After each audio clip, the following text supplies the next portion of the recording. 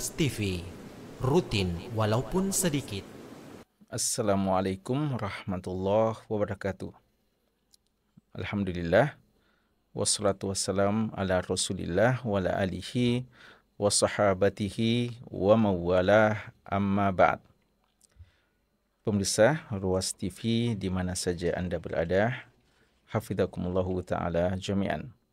Alhamdulillah, sangat berbahagia pada kesempatan kali ini setelah kita melewati bulan suci Ramadan Al-Mubarak 1445 Hijriah. Kembali kita akan melanjutkan kebaikan kita, amal soleh yang kita lakukan, yaitu mempelajari agama yang mulia ini. Dan untuk kali ini kita akan kembali membahas hadis-hadis pilihan, hadis-hadis yang datang dari Nabi kita yang tercinta Rasulullah Muhammad Sallallahu Alaihi Wasallam.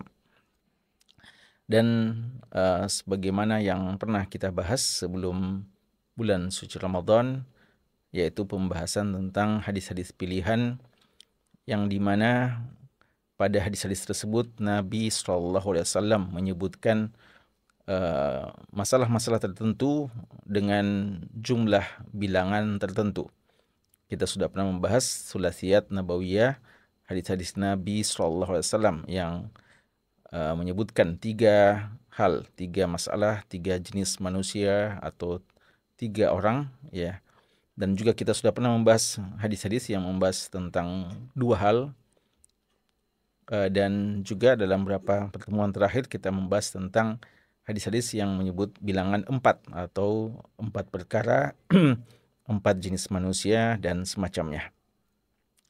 Pada kesempatan kali ini kita mencoba membahas bersama tentang sebuah hadis yang menjelaskan tentang 4 perkara atau 4 kriteria yang dijadikan sebagai alasan untuk memilih pasangan, ya, 4 kriteria yang biasanya digunakan untuk memilih pasangan hidup, yaitu istri bagi seorang laki-laki atau suami bagi seorang wanita.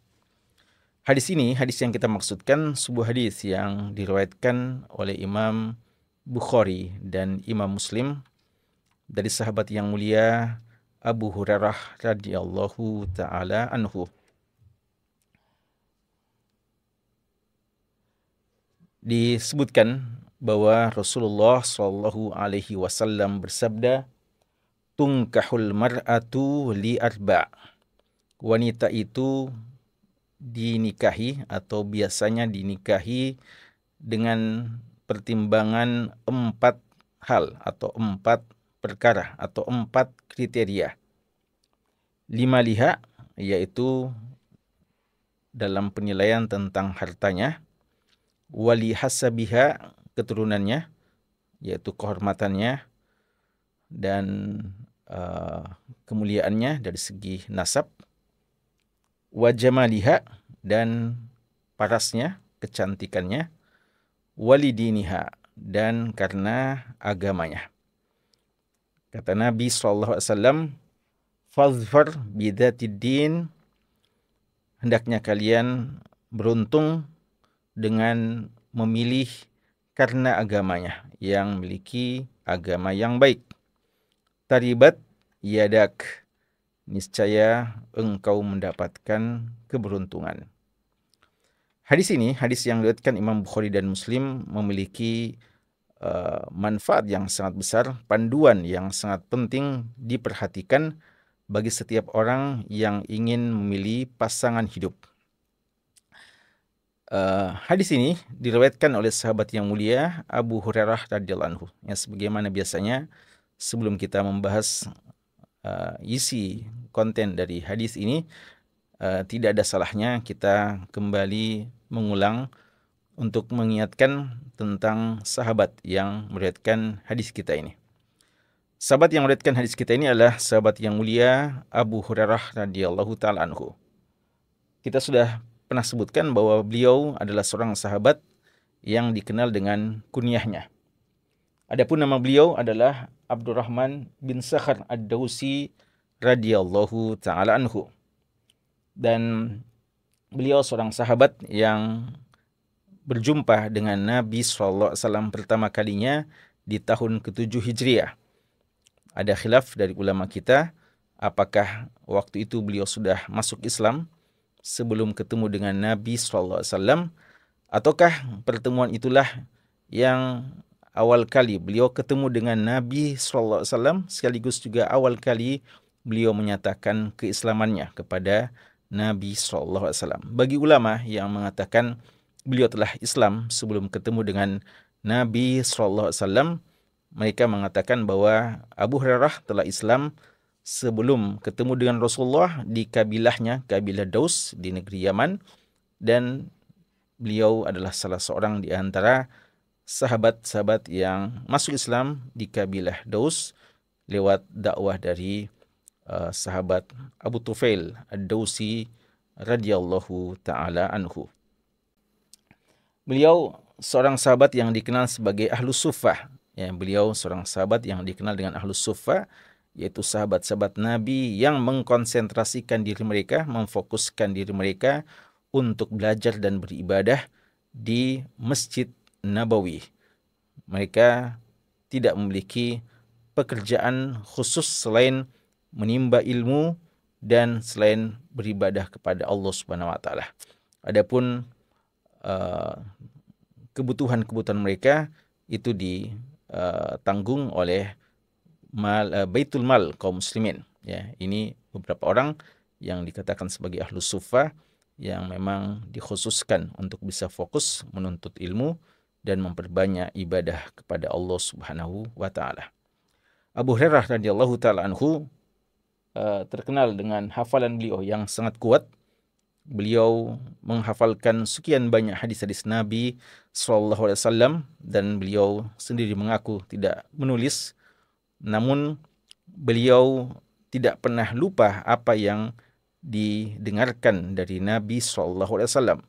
Dan ini karena semangat beliau yang begitu besar dan karena doa yang pernah didoakan oleh Nabi SAW. Beliau pernah minta kepada Rasulullah untuk mendoakan beliau agar memiliki hafalan yang kuat, dan ketika didoakan, sejak itu tidak satupun hadis yang beliau dengarkan kecuali beliau menghafalkannya dengan baik. Di samping beliau menghafalkan hadis, semangat terus mengulangi hadis yang beliau pelajari, beliau hafalkan. Hal yang paling besar kontribusi yang beliau berikan kepada umat adalah beliau meriwayatkan hadis-hadis itu kepada umat. Dari beliaulah begitu banyak sampai kepada kita hadis Nabi SAW. Maka dikatakan beliau adalah sahabat yang paling banyak periwayatan hadisnya yang kita dapatkan dalam buku-buku hadis, buku-buku musnad, dan tidak kurang dari 5.374 hadis yang telah beliau riwayatkan yang tercantum dalam hadis-hadis musnad Abi Hurairah radhiyallahu taala anhu. Abu Hurairah radhiyallahu anhu, di samping keilmuan beliau dan sikap wara, zuhud, dan ibadah beliau juga dipercayakan beberapa kali oleh Nabi SAW memimpin kota Madinah pada saat-saat Nabi kita SAW bepergian, utamanya dalam tugas jihad fisabilillah. Maka Abu Hurairah dipercayakan untuk memimpin sementara kota Madinah. Dan ini tentu saja di antara bukti bagaimana kedudukan beliau yang sangat spesial di sisi Nabi SAW. Beliau wafat di tahun ke-58 Hijriah dalam usia 78 tahun di kota Madinah. Ya, radhiyallahu taala anhu. Di sini beliau mengatakan kepada kita sebuah hadis yang beliau telah dengarkan dari Nabi SAW, di mana Nabi kita SAW mengatakan tungkahul mar'atu. Dalam sebagian riwayat tungkahu an-nisa'u, dinikahi seorang wanita atau wanita, li arba'in, disebabkan 4 perkara. Hadis ini kadang disalahfahami oleh sebagian kaum muslimin. Mereka menyangka hadis ini memaksudkan bahwa seharusnya ketika kita memilih seorang wanita yang kita jadikan sebagai pasangan hidup kita, seharusnya terkumpul pada wanita tersebut 4 perkara ini. Padahal sebagaimana kata Imam Nawawi rahimahullahu taala dan juga Imam Qurtubi dalam Mufhim beliau dan banyak ulama kita, yang dimaksudkan oleh Nabi kita sallallahu alaihi wasallam dalam hadis ini bahwa kebanyakan manusia dalam memilih pasangan menggunakan 4 kriteria ini. Ya, tanyalah kepada siapa saja orang yang ketika ingin memilih pasangan hidup, suami atau istri secara khusus, mungkin akan menuliskan berbagai macam kriteria yang diinginkannya. Tapi apa saja yang dituliskan itu akan kembali kepada 4 kriteria utama ini. Ya. Dan ini menjelaskan kepada kita tentang kriteria yang dipandang penting oleh manusia atau kebanyakan manusia dalam memilih pasangan hidup. Dan nanti Nabi kita sallallahu alaihi wasallam memberikan arahan yang mana kriteria yang harus kita utamakan. Tidak menafikan atau bukan berarti melarang kriteria yang lain, tapi beliau menjelaskan kebiasaan orang yang ada di masa itu dan hingga hari ini, dan yang mana seharusnya kita jadikan tolok ukur paling utama, kriteria yang paling penting dalam memilih pasangan hidup. Tunkahul mar'atu li arba. Dinikahi wanita atau orang-orang ingin menikahi wanita disebabkan 4 perkara. Kadang ada orang yang ingin menikahi wanita dengan 1 kriteria ini. Mungkin ada yang 2 kriteria ini, dan ada yang 3, dan ada mungkin orang yang kelihatannya begitu memiliki idealisme yang tinggi, tidak ingin nikah kecuali pada seorang wanita yang terkumpul padanya 4 kriteria ini. Ya. Jadi umumnya demikian, ya. Entah 1 dari kriteria ini, atau 2, atau 3, atau bahkan ada yang terlalu ideal, yang ingin padanya terkumpul pada pasangannya atau calon pasangannya itu 4 kriteria ini. Apa itu? Yang pertama adalah dikatakan maliha, ya, disebabkan karena harta bendanya, yang disebabkan harta bendanya. Artinya dia memilih seorang wanita yang kaya raya, ya. Dan ini, ya, keempat kriteria ini secara hukum asal sah-sah saja, boleh-boleh saja. Namun tidak boleh menjadi tolok ukur utama, kriteria yang paling utama, kecuali nanti 1 yang akan disebutkan oleh Nabi SAW di penghujung dari hadis ini. Pertama adalah karena harta bendanya. Ya. Sebagian orang ingin menikahi wanita yang kaya raya dengan berbagai macam alasan dan sebab. Ya. Mungkin ada yang ingin kehidupannya lebih mapan, ya, ingin ekonominya lebih baik. Mungkin dia adalah seorang yang ekonominya pas-pasan, ingin menikahi wanita yang akan membantunya. Atau mungkin dia merasa dia memiliki ekonomi yang mapan, dan yang paling pantas untuk menemaninya adalah juga seorang wanita yang memiliki ekonomi yang sama, atau minimal mendekatinya, yang berbagai macam alasan. Dan mungkin saja, ya, seperti yang kita sebutkan yang pertama tadi, ada orang yang memang ingin agar ada yang bisa menopang kehidupannya. Ya. Dan ini kadang kita katakan 1 alasan yang keliru, yang salah.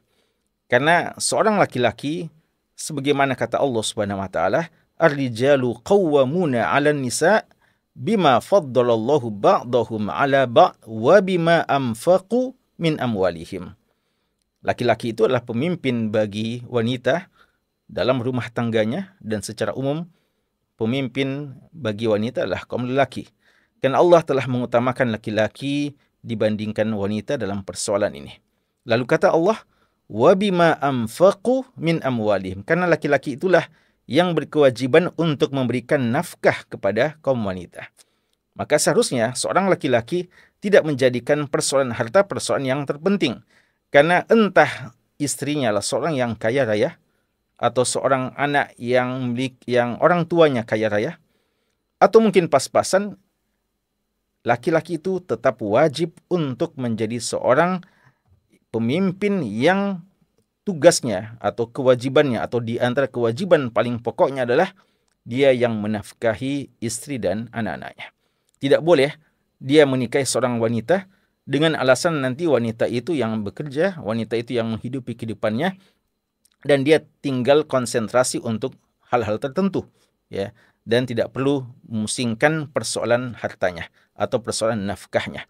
Karena kewajiban mencari nafkah tetap dibebankan kepada seorang laki-laki, walaupun laki-laki itu relatif lebih miskin daripada sang istrinya. Ya, seandainya ada seorang istri yang lebih mapan ekonominya dibandingkan suaminya, maka sang suami tetap wajib untuk mencari nafkah, menafkahi sang istri dan anak-anaknya. Adapun jika sang istri berbesar hati untuk membantu kebutuhan dari sang suami, itu tidak masalah. Tapi kewajiban nafkah tetap ada pada seorang laki-laki. Maka kriteria yang pertama ini sekali lagi adalah kriteria yang sah-sah saja, boleh-boleh saja, tapi jangan dijadikan sebagai sebab utama seseorang memilih pasangannya. Apalagi sebagian meriwayatkan, ya, sebagian salaf sampai mengatakan jika seseorang mau menikahi wanita hanya karena persoalan hartanya, dikhawatirkan dia bagikan seorang yang akan mencuri dan mengambil harta dari sang istri untuk dirinya, ya. Ini tentu saja ya tidak semua seperti itu, tapi jika niatannya hanya seperti itu, dikhawatirkan dia bagikan orang yang akan menguasai harta dari istrinya, ya, untuk kepentingan dirinya. Yang kedua adalah li hasabiha, yaitu karena keturunan orang baik-baik, ya. Dia memilih seorang istri yang memiliki kedudukan yang terhormat di tengah-tengah masyarakat. Entah dialah seorang yang memang keturunannya keturunan bangsawan umpamanya, ya, kalau dahulu ya keturunan Quraisy, keturunan dari Bani Hashim, ya, keturunan-keturunan yang terhormat, dan ya setiap kabilah, setiap daerah, setiap negeri memiliki orang-orang yang terpandang terhormat di kalangan mereka, ya. Lihasabiha ini ada juga mengartikan harta dan ada juga mengartikan kecantikan, tapi pendapat itu lemah karena persoalan harta telah disebutkan dan persoalan kecantikan akan disebutkan setelahnya. Maka pendapat yang paling tepat untuk makna lihasabiha adalah kehormatan di tengah-tengah masyarakat. Entah dia memanglah orang terpandang karena mungkin anak pejabat, ya, atau mungkin karena keturunannya yang terhormat, nasab yang terhormat seperti yang kita sebutkan dari kalangan bangsawan. Dan kadang sebagian masyarakat memandang tidak pantas, ya, tidak pantas seorang dari istilahnya rakyat jelata, orang yang biasa-biasa saja menikahi seorang wanita bangsawan, ya. Sehingga umpamanya ya biasa ada yang dikatakan keturunan Nabi, ya dikatakan umpamanya Habib atau Syarif, tidak boleh nikah kecuali dari wanita yang syarifah juga, atau wanita yang dikatakan Habibah juga, ya, atau syarifah, ya. Jadi harus juga keturunan Nabi, keturunan bangsawan. Ya mungkin kalau di sebagian daerah, ya, dia seorang keturunan yang dikatakan Raden umpamanya, lalu pasangannya juga demikian. Ya, kalau di di Bugis Makassar umpamanya keturunan Andi, ya harus juga demikian sang istrinya. Ini semua adalah kadang dijadikan kriteria, tapi sekali lagi bukan satu kriteria yang diharuskan oleh agama ini. Dan dia bukan takafu al-kufu yang disyariatkan. Apa buktinya? Imam Bukhari rahimahullahu ta'ala menjelaskan kepada kita dalam Sahih Bukhari, ada satu bab yang beliau sebutkan tentang bab takafu, ya, bagaimana seorang yang kufu dengan pasangannya, ya, kan ada salah satu hal yang penting terhadap pasangan kita, adanya sekufu, artinya dia sepadan, sesuai. Apa maksud dia harus sepadan dengan pasangannya? Apakah sepadan dalam persoalan ekonominya, ataukah kehormatannya dari kalangan bangsawan? Imam Bukhari mentarjih pendapat ulama kita, dan ini pendapat yang lebih tepat, bahwa yang dimaksudkan dia sekufu adalah sekufu dalam persoalan agama. Dan Imam Bukhari menyebutkan satu bukti. Beliau ketika menuliskan bab ini, beliau menyebutkan bahwa wa kanat Duba'ah tahta Miqdad bin Aswad.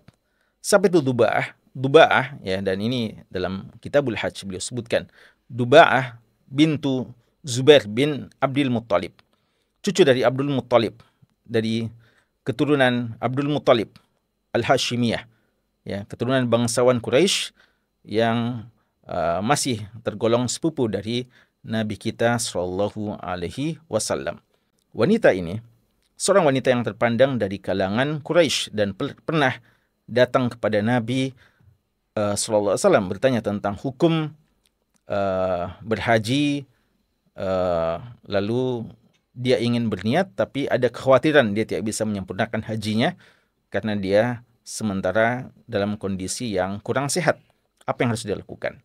Lalu Rasulullah menjelaskan tentang caranya, dan di situ Imam Bukhari menyebutkan bahwa si Duba'a ini adalah seorang istri dari seorang Miqdad bin Aswad. Miqdad bin Aswad seorang sahabat Nabi sallallahu alaihi wasallam yang dikenal sebagai seorang sahabat yang biasa-biasa saja, dalam artian bukan dari kalangan bangsawan, bukan dari kalangan Quraisy. Dan Miqdad bin Aswad sang suami menikahi seorang wanita bangsawan. Dan ini menunjukkan bahwasanya bukan syarat sekufu itu harus sekufu dalam kebangsawanan, ya, status sosial masyarakat yang sama-sama tinggi di tengah-tengah masyarakat banyak. Ya. Maka ini perlu diperhatikan, ya, bahwa ini kadang dijadikan kriteria oleh banyak orang, tapi pada hakikatnya dia bukan kriteria yang paling utama. Yang ketiga, li jamaliha, karena kecantikannya. Dan ini mungkin, ya, bagi kebanyakan laki-laki kadang dijadikan syarat yang paling penting, ya. Kadang tidak terlalu peduli persoalan hartanya, tidak terlalu peduli persoalan, ya, keturunannya. Namun kadang kriteria kecantikan dia jadikan sebagai kriteria yang paling utama. Ini dalam hukum syariat juga tidak bermasalah, yang ketika ada yang menjadikan itu sebagai salah satu kriterianya. Buktinya dalam syariat Islam ini ada yang dinamakan an-nazar, ya. Laki-laki hukum asalnya tidak boleh memandang wanita yang bukan mahramnya. Dan demikian juga sebaliknya. Qul lil mu'minin yaghuddu min absarihim wa qul lil mu'minat yaghuddna min absarihinna. Kita laki disuruh menundukkan pandangannya dari memandang wanita yang bukan mahramnya, dan juga sebaliknya. Namun pelarangan ini ada pengecualiannya. Di antara pengecualiannya lah pada saat kita ingin khitbah, pada saat kita ingin melamar, dibolehkan. Bahkan kebanyakan ulama mengatakan disyariatkan seorang laki yang ingin melamar wanita untuk melihat calon istrinya itu. Dan tentu saja ketika melihat, kemungkinan besar yang paling ingin dilihatnya adalah persoalan parasnya, persoalan kecantikannya. Maka secara hukum ini tidak masalah, tidak masalah. Namun sekali lagi dikatakan ini bukan sebagai kriteria yang paling utama. Karena Islam lebih mementingkan kesucian hati dibandingkan penampilan lahiriah. Baiknya dan eloknya jiwa seseorang, memiliki akhlak yang sangat mulia, agama yang sangat baik, itu jauh lebih didahulukan daripada ketampanan dan kecantikan seseorang. Nabi kita sallallahu alaihi wasallam mengatakan, innallaha la yanzuru ila suwarikum wala ila amwalikum walakin yanzuru ila qulubikum wa amalikum. Allah tidak melihat terhadap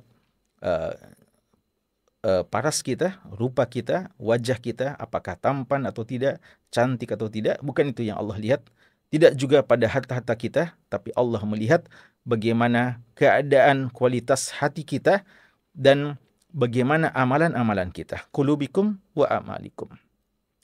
Dan dalam surat Al-Baqarah Allah menyebutkan, ya, tentang larangan kita menikah dengan orang-orang musyrik. Laki mukmin menikahi wanita musyrikah, dan wanita mukminah menikahi laki-laki yang musyrik dengan alasan persoalan kecantikan. Ya, Allah katakan dalam surat Al-Baqarah ayat 221, wala tankihu al-musyrikati hatta yu'min. Jangan kalian mau menikahi wanita-wanita yang musyrik, wanita-wanita yang syirik, hingga mereka beriman kepada Allah Subhanahu wa taala. Walau a'jabatkum, walaupun wanita-wanita yang musyrikah itu menawan hati-hati kalian, yang kalian takjub, kalian terpesona dengan penampilan wajahnya atau penampilan hartanya walau a'jabatkum wala amatun mu'minatun khairun min musyrikatin wala amatun mu'minatun khairun min musyrikatin walau a'jabatkum. Seorang budak perempuan itu lebih baik di sisi Allah, budak perempuan selama dia beriman, dibandingkan seorang wanita musyrik walaupun dia menawan hatimu karena eloknya parasnya dan kecantikan rupanya. Dan sebaliknya Allah katakan wala tunkihu al-musyrikina hatta yu'minu. Dan jangan kalian menikahkan laki-laki musyrik dengan wanita-wanita beriman hingga laki-laki itu beriman kepada Allah Subhanahu wa taala. Wala abdun mu'minun khairun min musyrikin walau a'jabakum. Karena seorang hamba yang beriman, ya selama dia beriman, walaupun kedudukannya hamba sahaya, ya sampai-sampai walaupun dia hamba sahaya, selama dia beriman, dia jauh lebih baik daripada seorang laki-laki musyrik, walau a'jabakum, walaupun laki-laki musyrik itu menawan hatimu. Ulaika yad'una ila nari, karena orang-orang yang musyrik laki maupun wanita, mereka hanya mengajak kalian kepada neraka Allah Subhanahu wa taala. Wallahu yad'u ilal jannati wal maghfirati bi'idnih, dan Allah mengajak kalian kepada surga dan pengampunannya. Wa yubayyinu ayatihi la'allahum yatadakkarun, ya, dan Allah menjelaskan ayat-ayatnya agar mereka mau mengambil pelajaran. Karena itu kriteria yang keempat, dan inilah yang menjadi patokan, yang menjadi tolok ukur paling utama seorang memilih pasangannya, kata Nabi kita sallallahu alaihi wasallam, fadhfar bizatidin. Kata-kata zafara dalam bahasa Arab artinya kemenangan, ya. Fadhfar bizatidin, menanglah kamu, bahagialah kamu, ya, sukseslah kamu dengan memilih karena seorang wanita itu adalah wanita yang baik agamanya. Taribat yadak. Tariba dalam bahasa Arab artinya sebenarnya dari kata-kata turab. Turab itu tanah, dan yadak dua tanganmu, ya. Tanganmu akan berdebu ketika kamu menikahi wanita karena agamanya. Kata-kata ini diartikan oleh ulama kita sebagai keberuntungan. Taribat yadak artinya keberuntungan. Kamu akan beruntung, kamu akan bahagia, kamu akan mendapatkan keberkahan jika kamu menikahi wanita disebabkan agamanya. Bidatid din. Taribat yadak. Dan ini telah disebutkan oleh Allah Subhanahu wa taala bahwa orang yang memiliki agama yang baik paling cocok ketika dia menikahi wanita yang juga baik agamanya. Dan sebaliknya, jika seseorang agamanya buruk, entah laki maupun wanita, maka paling cocok dia juga memiliki pasangan yang seperti itu. Artinya, seorang yang memiliki agama yang baik tentu kecenderungannya harus kepada seorang laki-laki yang beragama yang baik, yang komitmen dengan agamanya, seharusnya memilih juga wanita yang beragama yang baik dan bukan kriteria yang lain yang diutamakannya. Allah Subhanahu wa taala mengatakan wat-thayyibatu lit-thayyibin wat-thayyibuna lit-thayyibat. Laki-laki yang baik cocoknya untuk wanita yang baik dan juga sebaliknya. Kesimpulan dari pembahasan kita, pertama, disyariatkannya menikah dan memilih pasangan hidup, ya tentu saja ketika Nabi kita sallallahu alaihi wasallam menyebutkan hadis ini mengisyaratkan bahwa disyariatkan menikah dan memilih pasangan hidup, ya. Jadi ini hadis ini tentu saja setelah ada orang yang punya keinginan untuk menikah. Nah, sekarang bagaimana dia menikah dan siapa yang akan dia nikahi? Inilah, ya, panduan dari Nabi kita sallallahu alaihi wasallam. Yang kedua, penjelasan tentang kriteria yang biasa dibuat oleh kebanyakan manusia dalam menetapkan pasangan hidupnya. Ya, kadang kita kalau melihat seseorang yang membuat kriteria, ya kadang begitu banyak yang dibuat. Dan sayang kadang begitu banyak kriteria yang dibuatnya, dan mungkin kriteria persoalan agama dijadikan kriteria yang paling terakhir, ya. Padahal seharusnya dia jadikan kriteria yang paling utama, ya. Bahkan mungkin sebagian orang tidak mencantumkan kriteria persoalan agama ini.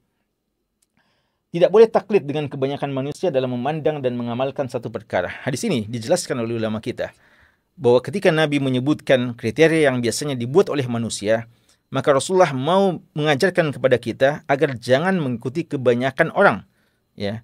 Jadi orang-orang biasanya dengan 4 kriteria ini. Rasulullah langsung menyebutkan kriteria yang harusnya kamu jadikan sebagai kriteria utamalah persoalan agama. Jangan karena melihat kebiasaan orang menjadikan persoalan harta, persoalan kecantikan, persoalan keturunan sebagai hal-hal yang paling utama lalu kalian ikut-ikutan. Seharusnya seorang muslim punya prinsip dan punya sikap yang jelas dalam persoalan ini, karena ya ingat bahwa memilih pasangan bukan untuk sementara waktu. Kita memilih pasangan untuk memilih siapa yang akan menjadi calon ibu bagi anak-anak kita dan siapa yang akan menemani kita di dunia dan di surga kelak, ya. Karena itu kita harus memilih yang memang betul-betul bisa membersamai kita di dunia dan di akhirat kelak.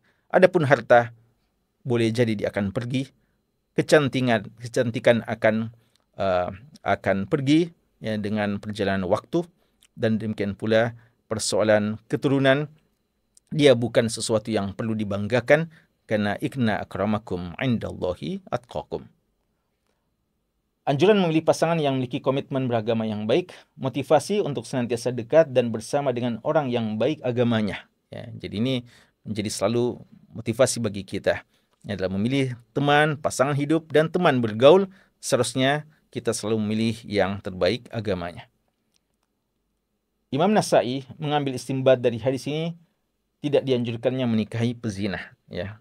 Karena dikatakan fadbar bidati din, berarti tidak boleh kita menikahi seorang yang pezina.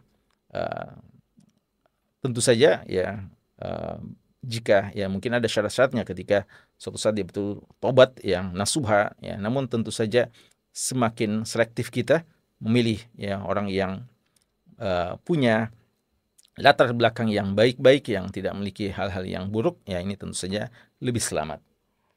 Sepantasnya memandang dan menilai sesuatu secara menyeluruh dan tidak hanya pertimbangan maslahat sesaat, ya. Ulama kita menyebutkan hal ini, bahwa dalam hal ini banyak kriteria yang mungkin kita inginkan, tapi jangan kita hanya mementingkan kesenangan yang sesaat, karena itu akan pergi dengan perjalanan waktu, ya. Kecantikan berapa lama kita nikmati, ya.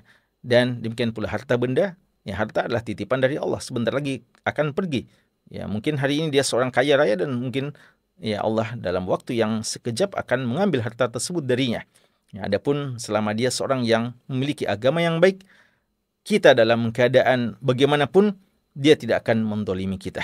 Ya, dan ini di antara hal yang paling penting untuk kita jadikan sebagai prinsip kita, karena pasangan hidup kita yang baik, ya, entah dia istri kita atau dialah suami kita bagi seorang wanita, orang yang beragama yang baik tidak akan menyanyiakan kita dan tidak akan mendolimi kita bagaimanapun keadaan ekonomi kita, bagaimanapun keadaan bentuk rupa kita, dan bagaimanapun kesederhanaan kita dalam berada di tengah-tengah masyarakat umpamanya.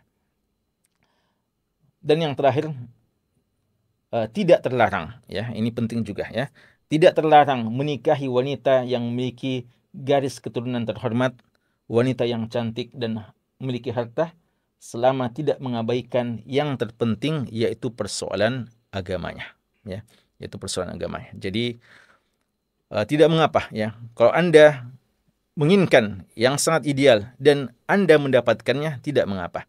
Tapi jadikan, ya, hal yang paling penting adalah persoalan agama, dan yakinlah dengan apa yang dijanjikan oleh Nabi SAW bahwa taribat yadak, kamu akan mendapatkan keberuntungan, tidak akan merugi sama sekali jika kamu memilih seorang yang menjadi pasangan hidupmu, seorang yang memiliki agama yang baik. Mudah-mudahan ada manfaatnya. Wallahu ta'ala alam. Sallallahu ala nabiyina Muhammadin wa ala alihi wa sahbihi wasallam. Wa akhiru da'wana alhamdulillahi rabbil alamin. Wassalamualaikum warahmatullahi wabarakatuh.